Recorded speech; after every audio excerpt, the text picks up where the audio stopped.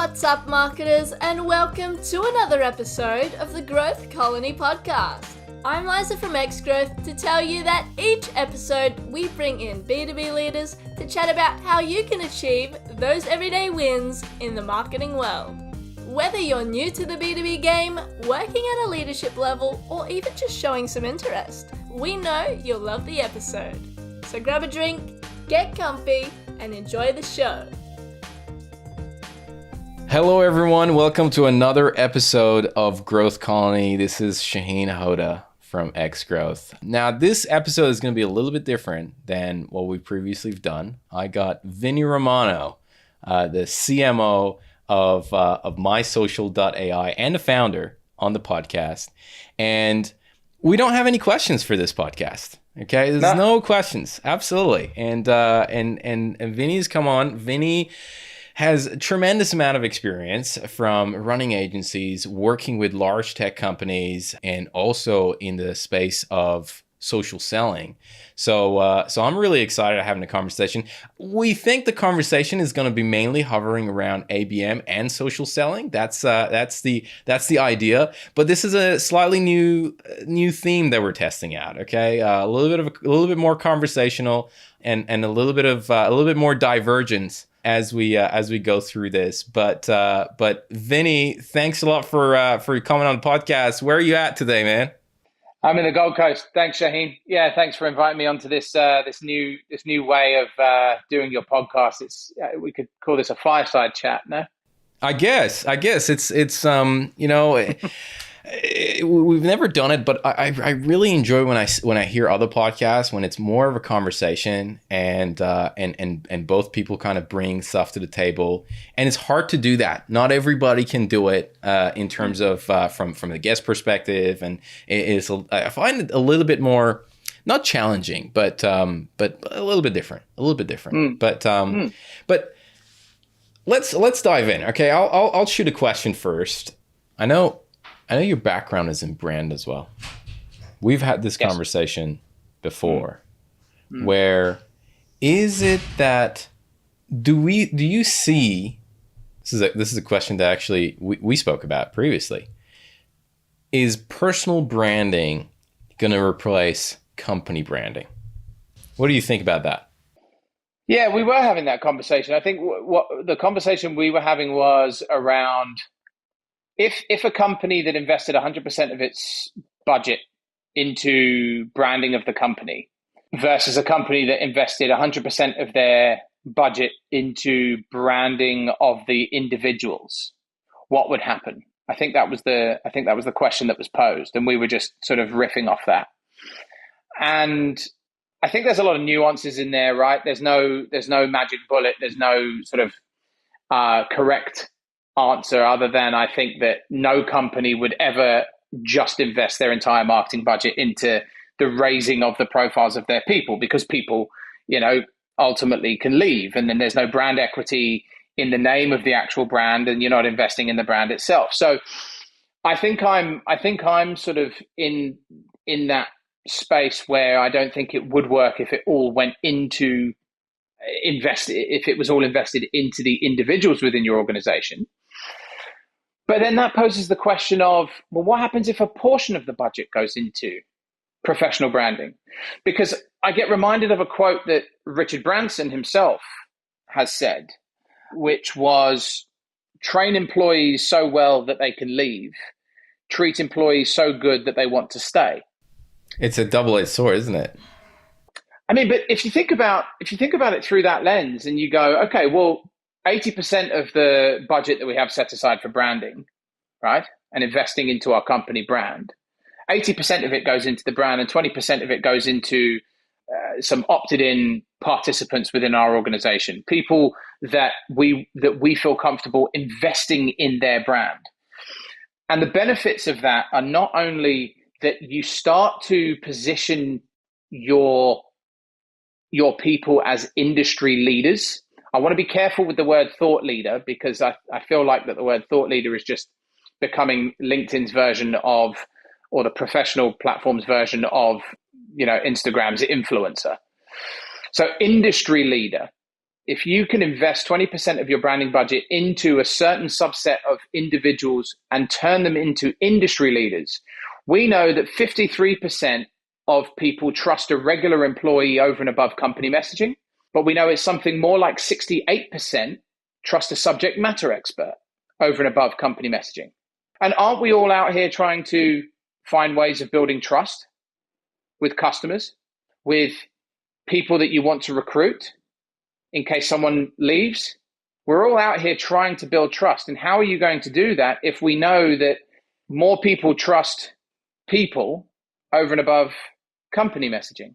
And if you're not investing in your people to raise their brand, that's where the question is for me. Yeah, good point. Good point. I was going to refer back to Richard Branson's point, which was train employees so well that they can leave, but treat employees so good that they want to stay. Now, if we take the second half of that sentence, and let's not beat around the bush here. Richard Branson is very good at this, right? Is very good at treating his staff so good that they want to stay.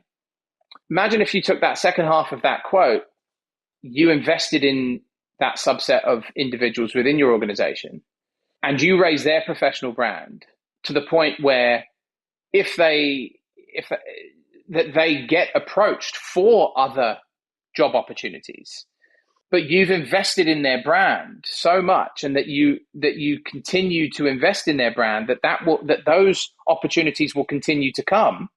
But there are other opportunities that come with that. There is more inbound opportunities, more inbound sales opportunities, investment opportunities. People will be seeing your people as those subject matter experts in their field, and by association will attract more customers to the organization. I don't know. It's not a foolproof plan. It's hard. It's hard, man. Yeah. And it's they're gonna get a lot more offers, right? And it's challenging, because at the end of the day, it's money that you're putting in, right? And it's like, hey, is that money going into, how much of that is going into kind of retaining staff? How much resources is going into training, right? Can we do industry level or even above industry level salaries, right? Because we're spending a lot more on training, and the logic is, hey, it all will work out, right? It will, you're spending in there, and therefore you get more business or more resources, and therefore you can increase the salaries, and right. But sometimes I also feel like that would take a while to get to that point. But I think organizations have to be okay with the fact that if they invest in their people and position them as industry leaders, you're going to build trust by association for the brand at which they're associated with. If that person then leaves and goes to another company, and that company isn't investing in that individual's professional brand, that person's slowly going to fade away in terms of not being kept top of mind more often. And so that organization that pulls them away, if they're not investing in that individual to continue their professional brand, then ultimately both parties lose out. All three parties lose out. But if the individual understands the investment that's being made into them, and the organization understands that person will get opportunities to leave because of the investment that's going into their professional brand, the organization has to kind of toe the line and be okay with that. Again, back to the point, train employees so well that they can leave, but treat employees so good that they want to stay. And it's not just the professional branding piece that I would recommend that they only do. There's other elements to that in terms of keeping them happy to want to stay. Do you know Chris Walker of Refine Labs? Yeah. Yeah. So he's one of the people that I've followed for many years and hold him in very high regard. Never managed to have a conversation with the guy, but I love his stuff. I love the content that he creates, but it's all underpinned by this mentality of building a brand of people to build the next chief marketing officers of the future by allowing them to raise their profile. So he is a perfect example of an organization that invests in his people's professional brands.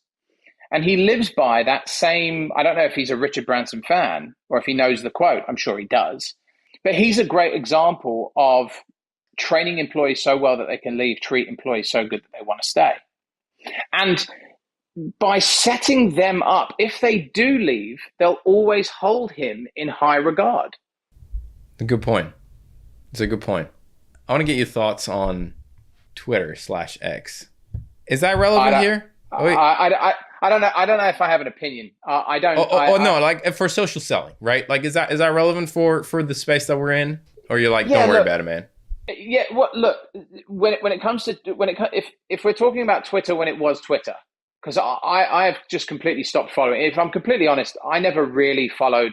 I never really had a Twitter account. I never really understood how it would benefit anything other than the thought that I had at the time that it was just a shouting match and a ranting platform of people, who were famous, that weren't famous, that had large followings, small followings, that just went on and had a shout about things.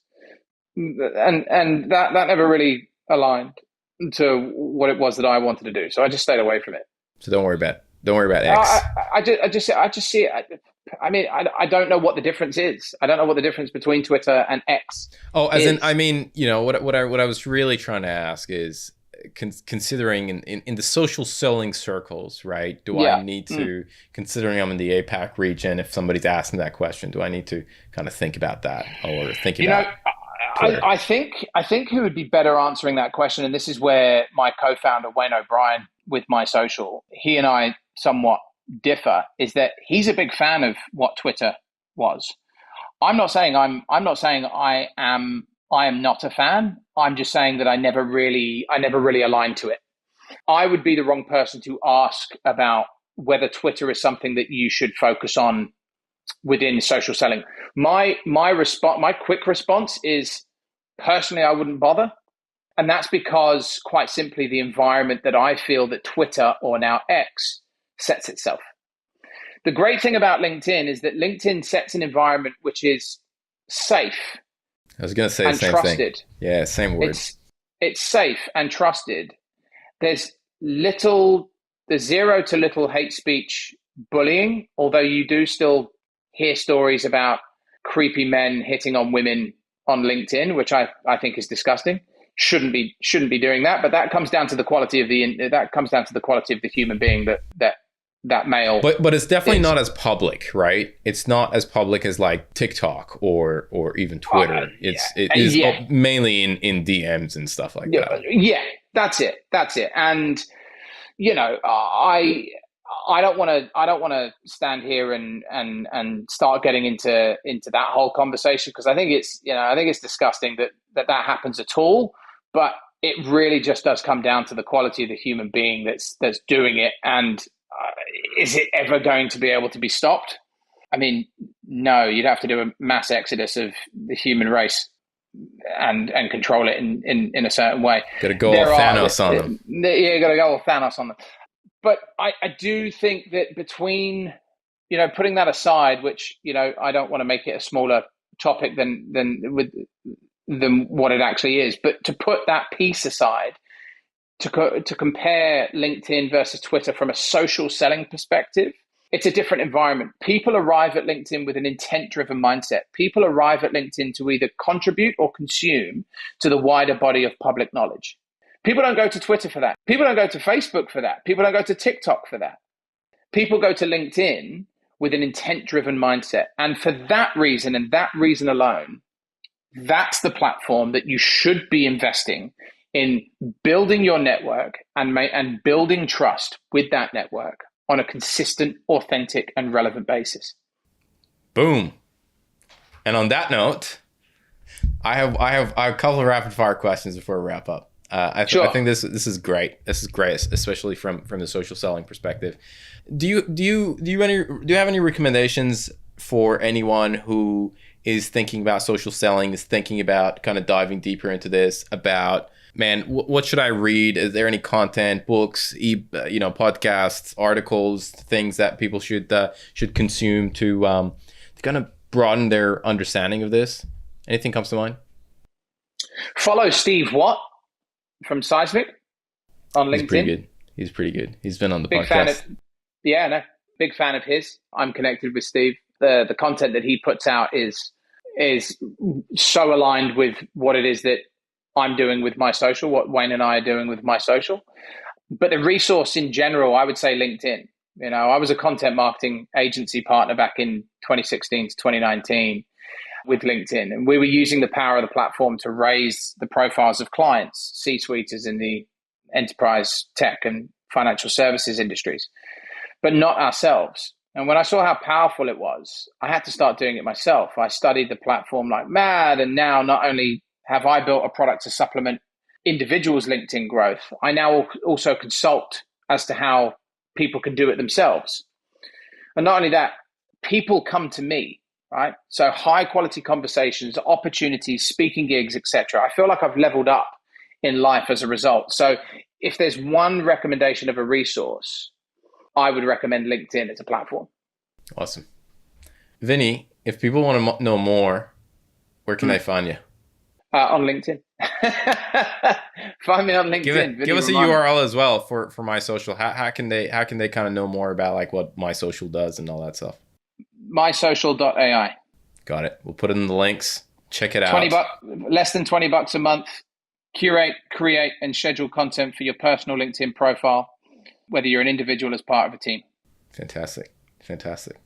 Vinny, this has been great. And to everyone who's listening, if you like this kind of conversations, let us know. I'm very keen to hear of this is a little bit less structured than what we usually do, and I'm keen to hear if this is something that we should do more often. We should stop doing it immediately, or somewhere in between. Let us know, and I'm looking forward to hearing from you. But on that note, Vinny, really appreciate coming on the podcast, man. Really enjoyed the conversation as always, and looking Shahin. forward to more. You too. Cheers. Today's episode of Growth Colony was produced by Alexander Hipwell and Liza Maywald. It was edited by Dave Samito with additional editing by Liza Maywald and music arrangement by Alexander and Liza. Special thanks to Tina Wabe. We couldn't make the show without you.